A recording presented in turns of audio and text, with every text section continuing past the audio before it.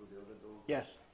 Is that what about the Alon Kodesh? It says know who you stand in front of?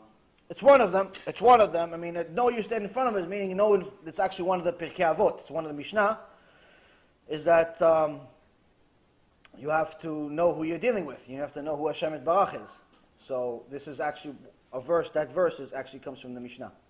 You have to know that you're standing in front of Hashem, which is technically you're standing in front of Hashem at all times, which is actually part of the reason of why you're not allowed to be a drunk or high, because in essence, you're not allowed, you have to realize that Hashem is next to you. So how could you be next to the King of Kings, all drunk and a mess? Even more so if you're in a Bet Knesset. Even more so in a place that's holy, that's a mini Bet HaMikdash. You're not allowed to pray if you're drunk. You're not allowed to pray if you're high. You're not allowed to pray after you smoked weed. You're not allowed to pray after you took a pill of ecstasy. Even though you feel really spiritual, not allowed to pray. Your spiritual state of mind is to'avat Hashem, meaning disgusting to Hashem to such an extent that he killed 2 people because of it. Who are those 2 people? Nadav and Avihu, Aaron's sons. Aaron's sons, according to Chazal, had potential greater than Aaron and Moses. But they came in front of Hashem in an inappropriate way, Hashem killed them. So, Kal V'chomer, needless to say, us coming in front of Hashem in a Bet Knesset after we just smoked a joint, after we just had a couple of drinks. So, this is something that we need to know. You have to, when you go in front of Hashem, know who you're standing from. Yeah. That makes me think of when you go to a Chabad house and they have farbrengen and whatnot. They what? When they have a farbrengen. What's a farbrengen? Sit and drink and sit and I'll have to explain to you. So you'll have if you go to a Chabad get together. Yeah. They're discussing Torah, they're sharing thoughts, philosophy, telling stories, singing, and they say it's a mitzvah. They get drunk while you're there. Get drunk? Those who get drunk take advantage. Drunk learning Torah? No, you're not allowed. There's no such thing. You're not allowed to do it. Having a drink, having a couple of a drink, a l'chaim, it's very different than getting drunk. Getting drunk, you're not learning Torah. It's better off you don't do it. They're not allowed to. How do they justify it? People, you have to, again. No, few people do it wrong, but most people who do it, they know what they're doing. They said maximum is 2 l'chad. The big bottles, they're using the bring-in as an excuse to get drunk. They're not allowed. Even according to that. So it's so weird, man. I go and I look around. I'm like, how is this? Listen, in reality, you learn Torah, you're supposed to do as little as possible other than learning Torah. Because when you're really, really learning Torah, you have to be focused on the gold and diamonds that are in front of you. Not the peanuts and the bamba and the arak and the scotch and the girl and the guy and the this and that. All that stuff, that's not what you're there for. You're not there to it's not a social event.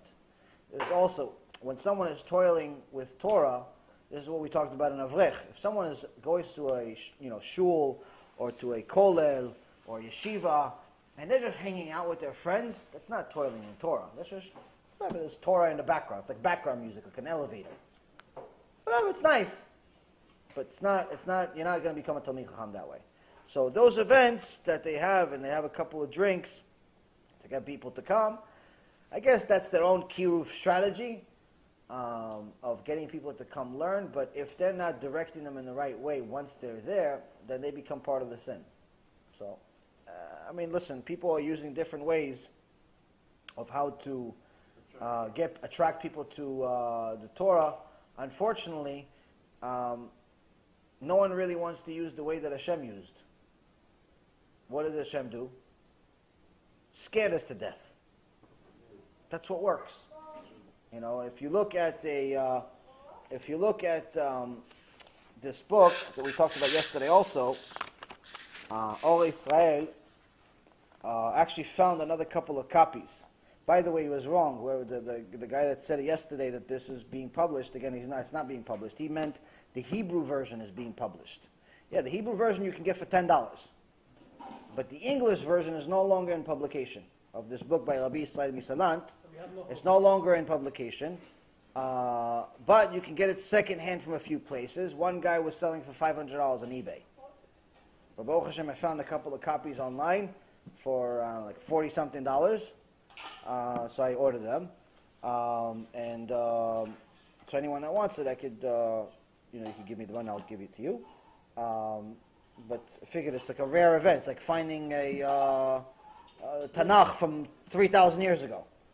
But anyway, here, Rabbi Yisrael Salant says something interesting. In page 66, he says the following. It's imperative that a person cleanse himself of corrupt character traits and sanctify himself from the body's impurities. This can be achieved solely by observing the Torah and mitzvot. Okay?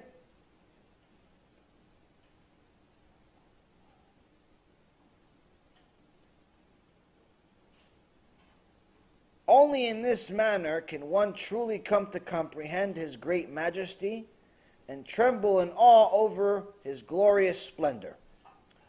So first things first, we're seeing here that in order for us to even get to a point of Ahavat Hashem, of honoring His glory, we already read yesterday, first stage, you have to be scared to death, you're going to be punished.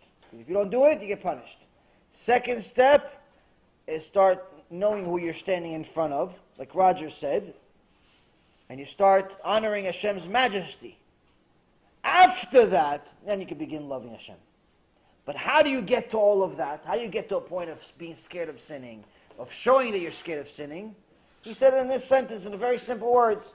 He said, start doing mitzvot. By actually doing mitzvot, you're showing you're scared. Because if I don't do the mitzvot, then obviously I'm not scared. If I don't lay tefillin, then I don't think I'm going to get punished for it. If I don't keep Shabbat, then I don't think I'm going to get punished for it. So, in essence, what we're seeing here is something very, very important.